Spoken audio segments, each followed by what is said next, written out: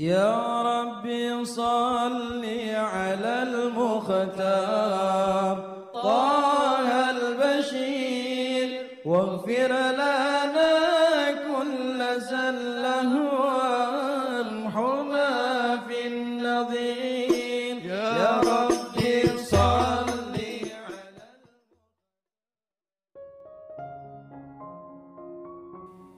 Bismillahirrahmanirrahim. Alhamdulillahirabbil alamin. Allahumma shalli wa sallim ala sayyidina Muhammadin wa ala ali sayyidina Muhammadin miftahi babi rahmatillah adada ma fi ilmillah salatan wa salaman daimaini bidawami mulkillah. Assalamualaikum warahmatullahi wabarakatuh. Sahabat online yang dirahmati Allah, alhamdulillah kita bisa berjumpa kembali. Mudah-mudahan kita senantiasa diberikan kesehatan, umur panjang fi taatillah, juga senantiasa mendapatkan taufik dan hidayah dari Allah Subhanahu wa taala. Pada pertemuan kita kali ini, mari kita ngaji bareng Habibana Novel bin Muhammad Al-Idrus, yaitu jangan senang melihat orang susah. Jangan susah melihat orang senang. Hadiran kita di majelis-majelis semacam ini, itulah anugerah yang sesungguhnya. Ya, anugerah yang sesungguhnya, kekayaan yang sesungguhnya. Karena ketika kita bisa hadir semacam ini, berarti kita lagi mendapatkan suguhan langsung dari Allah Subhanahu wa taala. Jadi Al-Maidah baginda Muhammad SAW. Hidangannya baginda Muhammad SAW dari Allah Ta'ala. Allah Al-Mu'ti. Kata Nabi, Allah itu yang maha memberi. Wa anal qasim. Sementara aku yang membagikan. Nah, salah satu yang pengen saya bagikan dari hidangannya Nabi Muhammad SAW adalah ajaran beliau tentang menyikapi kehidupan saat ini, saat bersama dengan masyarakat umum. Ya, saat bersama dengan masyarakat umum. Judulnya, jangan senang melihat orang susah. Ya, judulnya itu, jangan senang melihat orang susah. Kalau jangan senang melihat orang susah, berarti senanglah juga ketika melihat orang bahagia. Alias jangan susah melihat orang senang. Jangan senang melihat orang susah. Jangan susah melihat orang senang. Ini tidak jarang seseorang menyikapi musibah dan menyikapi nikmat yang didapat oleh orang lain dengan cara yang salah. Ya, menyikapi musibah ataupun nikmat yang diperoleh orang lain dengan cara yang salah. Ada orang dapat rezeki, dapat kenikmatan, seharusnya kita bisa melihat itu yang ngasih adalah Allah Subhanahu wa taala. Kalau yang ngasih Allah berarti orang itu dipilih oleh Allah untuk menerima karunia tersebut. Kalau yang ngasih adalah Allah, orang itu pilihannya Allah, karunia itu dari Allah untuk dia, seharusnya kita senang dengan perbuatannya Allah. Karena yang melakukan adalah Allah, yang berbuat adalah Allah. Orang tadi hanya menerima. Seharusnya ketika ada orang dapat karunia, kita pun ikut senang. Kenapa ikut senang? Karena kita lihat Allah yang memberi. Sampai di sini jelas? Nah, bisa enggak kita gitu? Yang sering terjadi, ada orang dapat nikmat, kita enggak dapat nikmat. Contoh, mas-mas ini ganteng sama ganteng. Ganteng sama ganteng. melamar satu wanita yang sama. Yang satu ngelamar ditolak, yang satu ngelamar diterima. Ini kalau setan masuk, setan masuk. Kalau normalnya kan harusnya kalau melihat Allah itu yang memberi dia, diterima lamarannya, seharusnya kan ikut senang. Alhamdulillah akhirnya ada yang mendapatkan dia. Betul begitu ya? Tapi yang terjadi ini enggak begitu. Kok dia sih? Wah pasti pakai aji-aji. Kok dia sih? Mungkin nih calon mertua mata duitan ini. Mentang-mentang dia duitnya lebih banyak, dia diterima. Aku duitnya kurang, enggak diterima. Kok dia sih? Ini semua syaitan. Ya, setan yang mengajarkan seseorang berpikir semacam itu. Akhirnya orang ini akan menderita di atas kebahagiaan orang lain. Yang lain bahagia, dia menderita. Rugi atau enggak rugi? Rugi. Makanya kita jangan pernah bersikap semacam itu kepada siapapun yang mendapatkan nikmat. Kalau kita bersikap semacam itu berarti kita memilih sengsara di atas nikmat orang lain. Kan ruginya luar biasa. Nah ini termasuk orang yang kufur nikmat. Kufur nikmat itu diantaranya tidak bisa melihat nikmat yang didapat orang lain. Gak bisa lihat yang beri Allah. Makanya orang yang kufur nikmat ini, la in syakartum la azidannakum wa la in kafartum inna adzabi lasyadid. Siksanya Allah pedih buat orang yang kufur nikmat kalau enggak tobat. Ya siksanya apa? Pedih. Maka di dunia ini sebelum mendapatkan siksa yang aneh-aneh, hatinya sudah tersiksa. Hatinya udah tersiksa. Lihat temannya bisa beli handphone baru, dia enggak beli bisa handphone baru. Enggak rela, pikirannya jalan mikir macam-macam. Temennya dikasih hadiah handphone baru, dia enggak dikasih hadiah handphone baru, pikirannya mulai jalan macam-macam. Hasilnya temennya bahagia dengan handphone barunya, dia tiap kali melihat handphonenya susahnya luar biasa. Lihat temennya, enggak lihat handphonenya, lihat temennya yang diingat handphonenya baru. Akhirnya susahnya juga luar biasa. Yang begitu enak atau sengsara itu? Sengsara. Nah, saya enggak mau memilih jalan yang sengsara. Saya mau jalan yang penuh nikmat. Nah, caranya itu. Kalau lihat orang dapat nikmat, yuk kita ikut bahagia. Sehingga nanti kita dikasih. La in syakartum la azidannakum. Jika kalian bersyukur pasti aku tambah.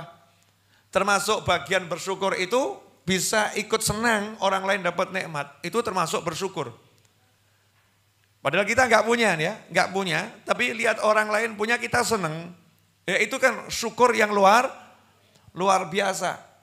Sementara orang lain yang punya kadang-kadang enggak merasa punya.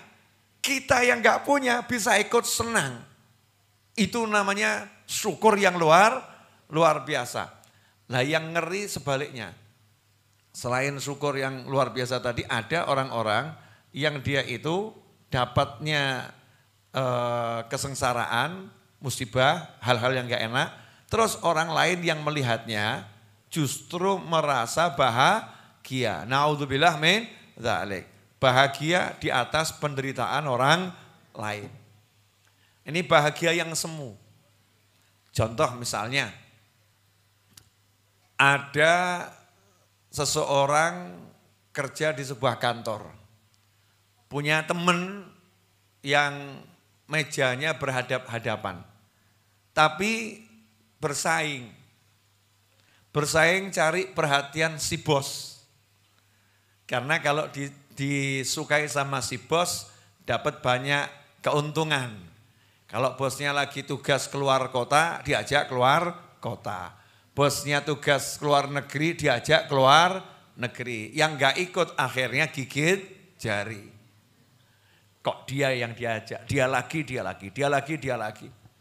Nah suatu ketika yang biasa disayang sama bosnya ini, kok tiba-tiba masuk rumah sakit.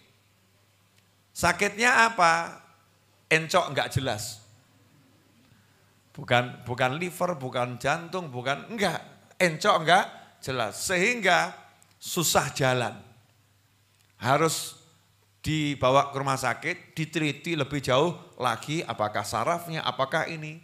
Nah, orang ini yang duduk di seberang meja bahagia. Yes. Dia enggak ada. Ya, dia enggak ada. Bahagia. Rasain kamu sekarang, kamu sakit di rumah, sakit. Saatnya aku sendiri merayu sang bos. Nanti biar aku yang ajak. Jadi dia merasa bahagia lihat orang lain sengsara. Seneng lihat orang lain celaka. Seneng lihat orang lain karena musibah. Ini namanya syamatah. Ya, namanya syamatah. Bahagia di atas penderitaan orang lain. Sabda Nabi Muhammad SAW, ini bahayanya. Ya, bahayanya kalau orang punya sifat semacam itu. La tudhiris syamatata li akhika fayu'afiyahullahu wa yabtalik.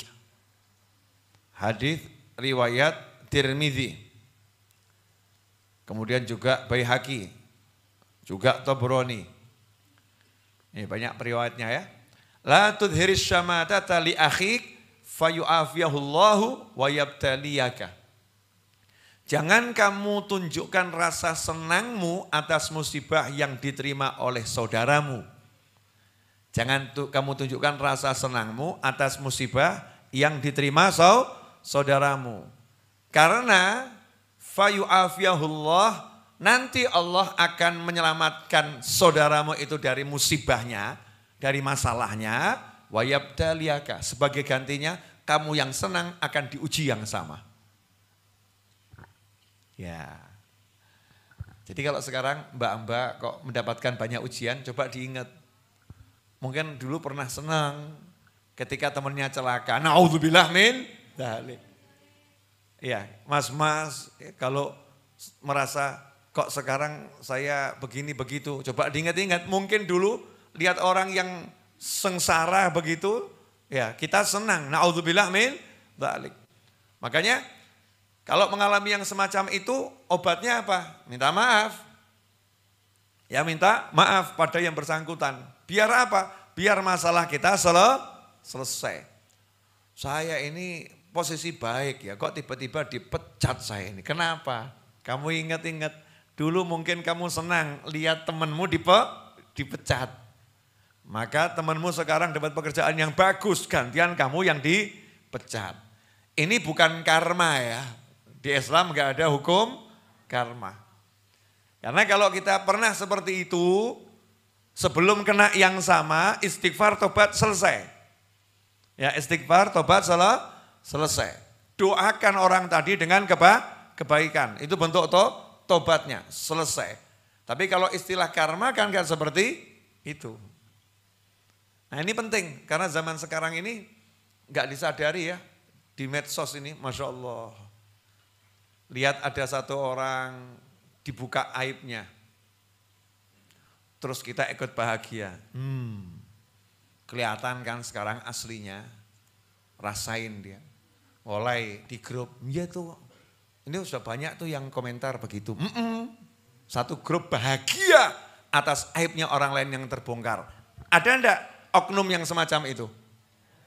Pernah enggak ngalami? Enggak mau ngaku. Ya enggak mau ngaku. Bahagia atas aib orang lain yang terbongkar. Senang dia. Tunggu tanggal mainnya. Aibnya nanti akan ditutup sama Allah Ta'ala. Kamu akan dibongkar. Ngeri atau enggak ngeri? Ngeri. Lihat. Ya, senang ada orang kehilangan posisi jabatan. Satu kantor punya grup khusus, grup bayangan. Ya ada grup yang ini, ada grup bayangan. Fulan enggak dimasukkan di situ. Ada enggak model seperti itu? Habib kok tahu aja sih.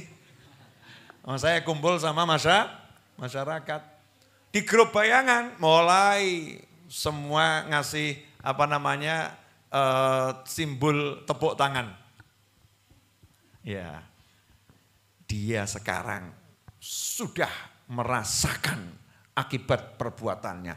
Tuh, lagi disangka korupsi. Oh yang lain, habis ini tamat riwayatnya. Tepuk tangan semua ini. Padahal ini saudara muslim, muslim. Lagi kena musibah. Seharusnya apa? Seharusnya kita ikut berempati. Kalau memang dia orang yang salah, empatinya dengan mendoakan agar diampuni oleh Allah Subhanahu wa ta'ala. Agar dia bisa belajar dari kesalahannya jadi manusia yang lebih baik lagi. Kemudian kita bantu tutup aibnya. Ini enggak, tepuk tangan, syamata. Senang dia tersungkur, senang dia jatuh, senang dia hancur, senang reputasinya remuk, senang namanya rusak, senang karakternya mati, pembunuhan karakter. Bahagia, tunggu tanggal mainnya. Tunggu tanggal mainnya, Allah akan balik. Yang tadi dibunuh karakternya, yang tadi dihinakan, yang tadi dicaci, yang tadi dimaki, Allah angkat setinggi derajatnya. Kamu kebalikannya. Ngeri atau enggak ngeri? Ngeri. Dan kadang kita ikut-ikut. Enggak sadar. Ya ikut-ikut enggak sadar. Nah itulah gunanya kita cari ilmu. Jangan sampai nanti kita kena ujian-ujian yang enggak perlu. Ya kena ujian yang enggak perlu. Ujian kok gara-gara seneng sama musibah orang lain, akhirnya diuji yang sama. Lihat ada orang naik motor, memang orangnya ugal-ugalan. Kemudian delosor. Delosor itu bahasa Indonesianya apa? Ya tersungkur agak mirip ya. Agak mirip, cuman beda rasa. Tersungkur, delosor. Kalau tersungkur itu cuman jatuh gini, blek selesai ya. Kalau delosor itu ada proses gelundung-gelundungnya. Gimana bahasa Indonesianya? Dia jatuh tersungkur, kemudian terseret, itu delosor. Betul kan? Delosor. Kita lihat seneng, rasain. Ya. Terus komentar macam-macam. Sebetulnya kan udah cukup. Ini terhukum akibat ugal-ugalannya. Kita harusnya ngucap innalillah wa inna ilaihi rajiun. Mugi-mugi selamat mas. Wes ojo mbok baleni, selesai ya.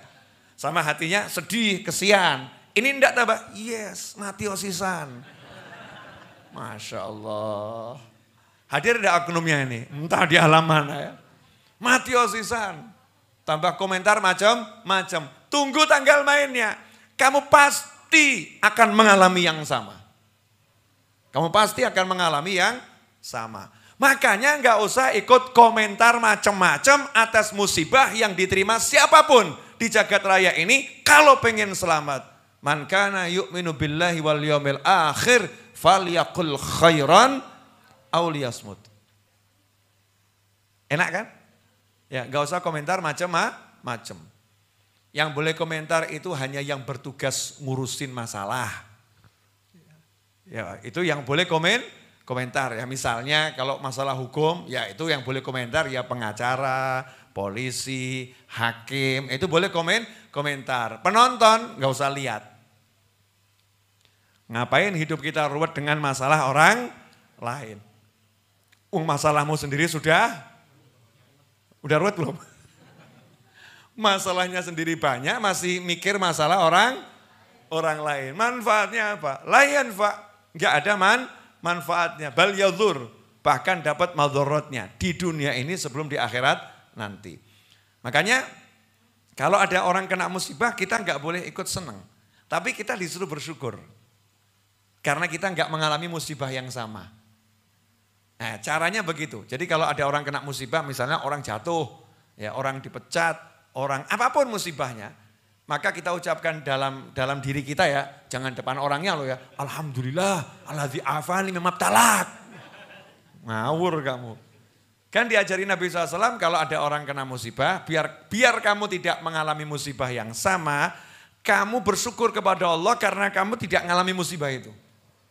Bukan senang dengan musibahnya loh ya. Tapi kamu senang dengan kondisimu yang selamat. Alhamdulillahilladzi afani mimmabtalahu. Segala puji syukur bagi Allah karena telah menyelamatkan aku dari musibah yang dia alami. Dari musibah yang dia alami. Tapi dalam hati sedih, kesian dia gitu. Ya, kesian dia. Ini kita ucapkan untuk apa? Agar kita itu berempati. Kamu nggak kena yang sama loh, bersyukur kamu. Jadi jangan kamu hina-hina dia lagi, jangan kamu caci dia, jangan kamu rendahkan dia. Kamu udah dipilih untuk nggak kena masalah yang sama. Syukuri itu dengan cara tidak menghina orang lain. Nah, itu ada seorang ulama selama sekian puluh tahun itu istighfar dan tobat untuk satu ucapannya alhamdulillah. Jadi spontan dikabarin pasar terbakar. Tapi tokomu selamat, tokomu enggak terbakar. Dia alhamdulillah tuh senang ya. Tapi saat senangnya ini lupa ada empati di hatinya tuh. Di hatinya lupa ada empati beberapa saat kepada semua toko lain yang terbakar.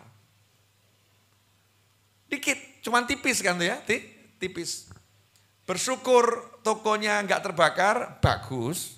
Karena itu salah satu bentuk sunnah yang diajarkan Nabi Muhammad SAW. Tapi di saat yang sama harus ada empati, kesian ya yang lain.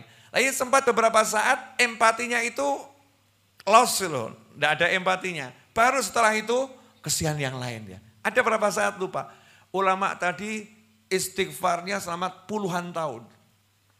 Kenapa dulu saya kok alhamdulillahnya semacam itu ya? Kok alhamdulillah tanpa empati gitu ya. Kosong empati. Istighfarnya puluhan tahun.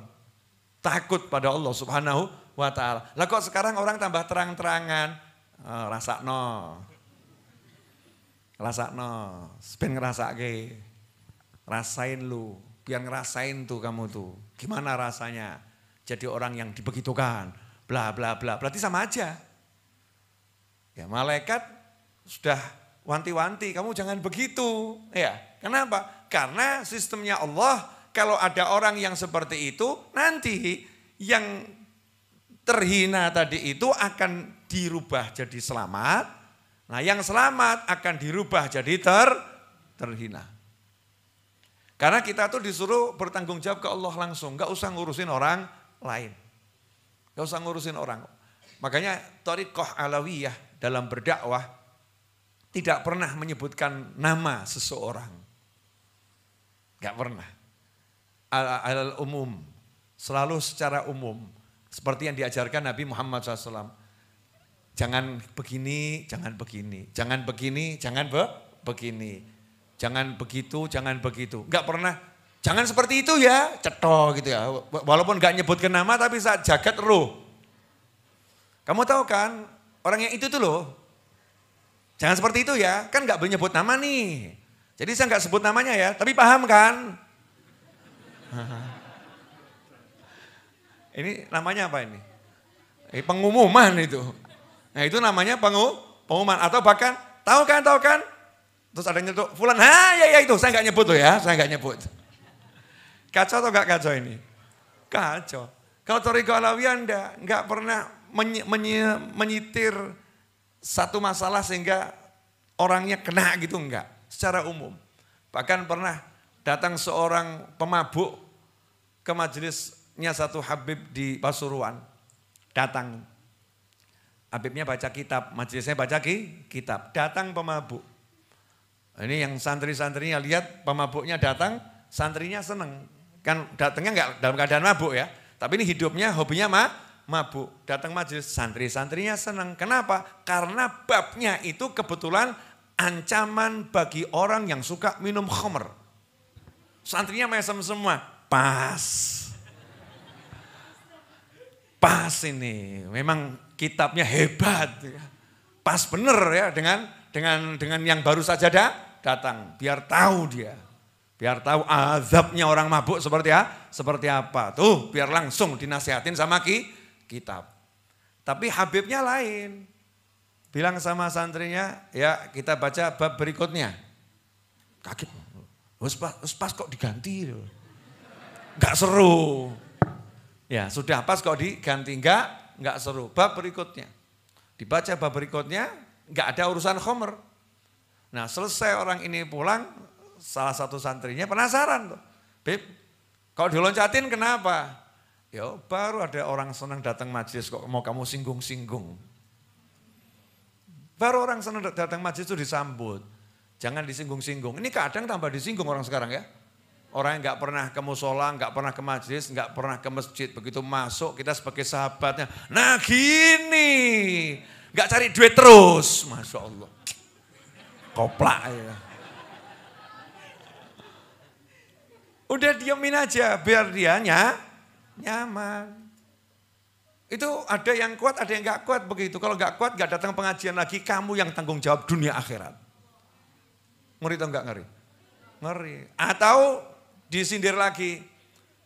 Masya Allah. Datang juga akhirnya. Pasarnya sepi ya. Wah, datang bukan disambut tapi sambutannya hinaan. Lagi stres ya, makanya ngaji ya. Masya Allah.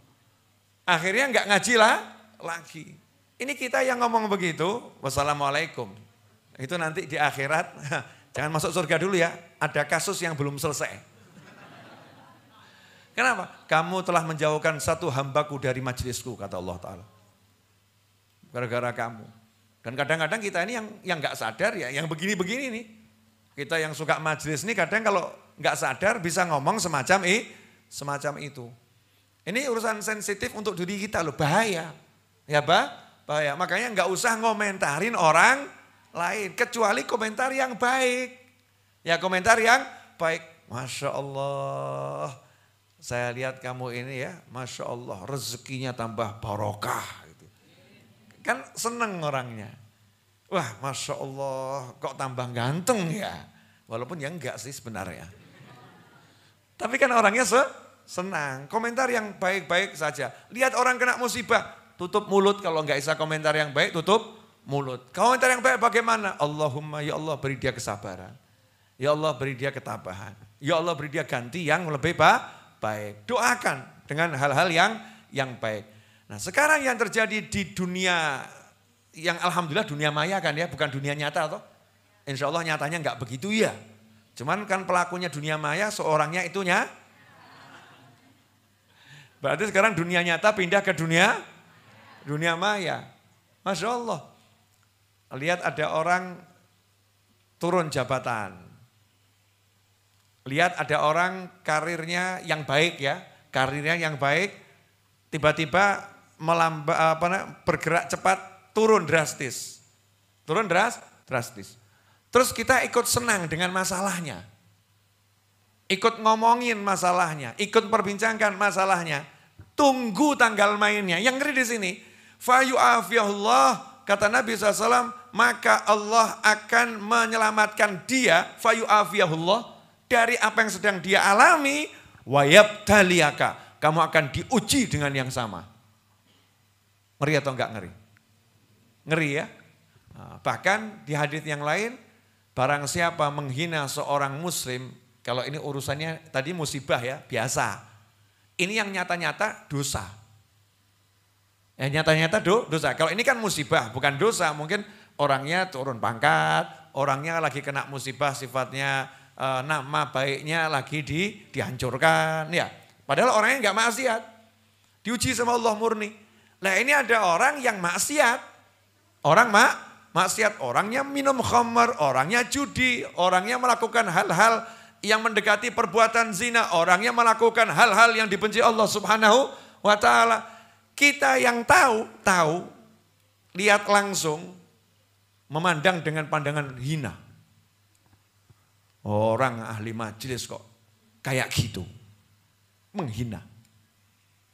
Apa kata Nabi SAW dalam sebuah riwayat? Barang siapa menghina seorang muslim atau mukmin atas dosa yang dia perbuat, maka dia tidak akan meninggal dunia sebelum melakukan dosa yang sama. Nasallahu afiyah. Ngeri. Nah, makanya kita cek. Kok kita ini tiba-tiba melakukan perbuatan dosa semacam itu, apa yang terjadi sama kita ya? Oh, saya pernah itu lihat berita. Berita, bukan langsung berita. Ada pencuri, ya, dipukulin. Pencuri dipukulin. di masjid. Yang mukulin luar masjid, masyarakat marah misalnya, dipukulin. Misal ada berita semacam itu. Terus kita yang lihat ikut marah tapi menghina. Ya menghina. Masa orang kok semacam itu? Padahal dia juga muslim, misal begitu ya. Masa mencuri kok di masjid? Bla bla bla, menghina. Manfaatnya apa? Enggak ada manfaatnya. Madzharahnya apa? Kamu akan diuji yang sama sebelum kamu meninggal dunia. Ngeri atau enggak ngeri? Nah, harusnya gimana, Beb? Kan nyata-nyata dia maling di masjid. Terus gimana? Ya udah toh, serahkan polisi biar diproses hukum, enggak usah komentar. Komentarmu cukup, ya Allah ampuni dia. Kakek saya almarhum wafat usia 93 tahun. Dulu kakek saya itu di pengadilan agama di zaman dahulu kala. Bagian juga yang memutuskan orang mau nikah atau enggak nikah. Namanya Ahmad bin Abdurrahman Al-Aidrus. Nah, untuk tugas di pengadilan agama kakek saya itu punya pakai jas, ya pakai jas. Untuk bisa punya jas itu tuh harus mungkin nabungnya berapa waktu ya, sangatlah lama. Ya itu aja satu jas itu. 3 Jumat berturut-turut jasnya hilang. Jumatan di masjid ditaruh. Wudhu ke toilet, terus mau wudhu dilepas ditaruh di luar. Keluar dari toilet jasnya hilang. Jumat berikutnya hilang. Nah, karena kakek saya ini orangnya sangat sederhana, nggak pernah ngomong-ngomong orang, tapi orang tahu. Ini Habib Ahmad kok jasnya nggak ada ini. Diselidiki ini, kenapa jasnya kok nggak dipakai harian, kenapa? Oh hilang di masjid. Jumat berikutnya pencurinya ketahuan. Kakek saya masuk toilet, dicuri lagi. Pencurinya ketahuan, melarikan diri naik ke menara masjid. Ke menara masjid. Kakek saya di dalam toilet dengar suara orang ribut. Pilih di mati neng dhuwur apa neng nisor?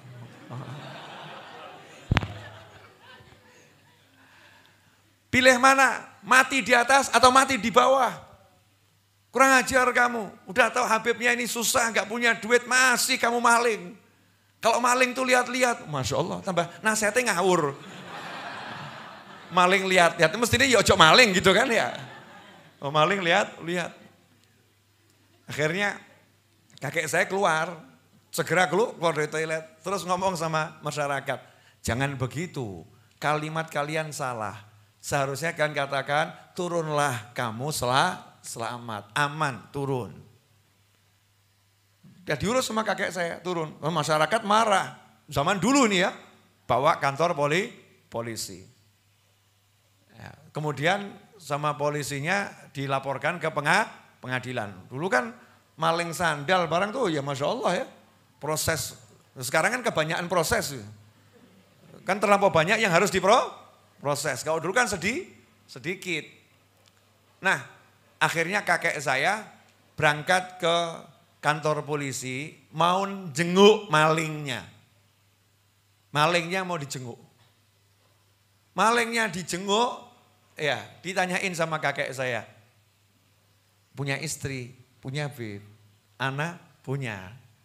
Kakek saya paham ini maling ya gara-gara dia butuh ngasih nafkah anak istri. Itu kakek saya itu al-malaratu wal miskinu tingkat tinggi. Tingkat tinggi. Punya uang sedikit ini buat hidupnya. Diambil semua uangnya kemudian dikasihkan. Ini ya pakai buat ngurusi anak istri. Ya, terus polisinya dikasih tahu, tolong bebaskan. Polisi yang ngomong, aduh Beb, gak bisa Beb. Udah terlanjur kasusnya naik, harus ikut sidang dulu dia. Ya udah nanti saya tak datang ke sidang itu. Biar hukumannya kalau bisa ya selesai gitu. Kalau bisa. Nah rupanya pas sidang kakek saya sebagai yang korban kan dipanggil Ahmad sama hakimnya. Hakimnya lihat, loh Beb, ternyata hakimnya muridnya kakek saya. Malingnya langsung dipisoi gitu kan ya. Kamu tuh kalau maling lihat-lihat gitu. Kalau maling lihat-lihat, ini Habib sudah baik, miskin kamu curi. Terus dibisikin sama kakek saya, tolong dibebaskan. Tidak bisa Habib, ini hukum. Paling saya akan kasih hukuman yang paling ringan. Hukuman yang paling ringan. Itu di zaman dahulu, kala saya belum wujud. Mau bapak saya aja belum nikah sama ibu saya kok. Ya, kakek saya itu wafat umur 93 tahun. Panjang usia fi taatillah, husnul khotimah insyaallah. Nah ini contohnya, lihat orang mencuri, ya bukan senang itu bukan. Bukan hajar pukulin, bukan. Tapi berempati kenapa dia mencuri. Diselesaikan masalahnya, diobati hatinya, didoakan, ya didoakan. Bukan, oh yang ngono, nyat maling, sepancen maling. Ini, tunggu tanggal mainnya, kamu gak akan mati sebelum mengalami yang sama. Ngeri atau enggak ngeri? Ngeri, makanya jaga nih. Ininya diem tapi share. Tunggu tanggal mainnya, kamu juga diginikan share. Ngeri atau enggak ngeri? Makanya jari jemari dan mulut kita ini jangan ikut-ikutan yang enggak baik, yang enggak bener. Ya ikutan yang benar-benar saja, nge-share yang enak-enak saja. Makanya download segera aplikasi Santri Virtual. Tanpa spasi, Santri Virtual. Insya Allah di sana akan banyak berita yang menyenangkan. Doa ini, nasihat ini dan lain sebagainya. Itu lebih manfaat. Alhamdulillah.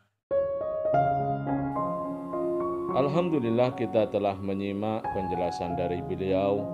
Semoga ilmu yang telah kita peroleh ini dari Habibana Novel bin Muhammad Al-Idrus menjadi ilmu yang bermanfaat bagi kita, keluarga, dan anak cucu kita. Dalam kajian ini, Habib Novel bin Muhammad Al-Idrus menjelaskan banyak orang yang salah dalam menyikapi nikmat atau musibah yang didapat orang lain. Ada yang iri, ada yang benci ketika orang lain mendapatkan nikmat dalam hidupnya. Ada pula yang gembira dan senang ketika ada orang lain mendapatkan musibah. Seharusnya kita sadar bahwa semua itu datangnya dari Allah Ta'ala.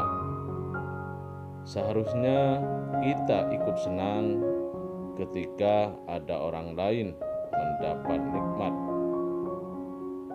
dan sebaliknya. Dan janganlah sampai kita senang jika ada orang diuji dengan musibah. Karena Allah Ta'ala akan mengangkat musibahnya dan sebagai ganti kita akan diuji dengan musibah tersebut. Rasulullah Shallallahu Alaihi Wasallam mengajarkan sebuah doa ketika kita melihat orang sedang terkena musibah atau bencana. Alhamdulillahilladzi afani mimma btalak. Segala puji bagi Allah yang telah menyelamatkan aku dari apa yang menimpamu. Para ulama menganjurkan agar doa ini dibaca pelan, hanya dirinya saja yang mendengar. Dan tidak boleh orang yang terkena bencana mendengar. Dimaksudkan agar tidak menyakiti perasaan orang yang lagi terkena bencana tersebut. Rasa iri, benci, ini ditiupkan setan kepada kita. Jika kita turuti perasaan ini, hidup akan menderita. Sedangkan orang lain dalam kenikmatan. Yang lain bahagia, kita menderita. Semoga kita bisa memahami dan senantiasa mengamalkan dari apa yang telah beliau sampaikan. Semoga segala hajat baik kita dan saudara seiman kita segera dikabulkan, segera diwujudkan oleh Allah Ta'ala. Amin ya rabbal alamin. Wallahu a'lam bishawab. Semoga barokah dan manfaat. Assalamualaikum warahmatullahi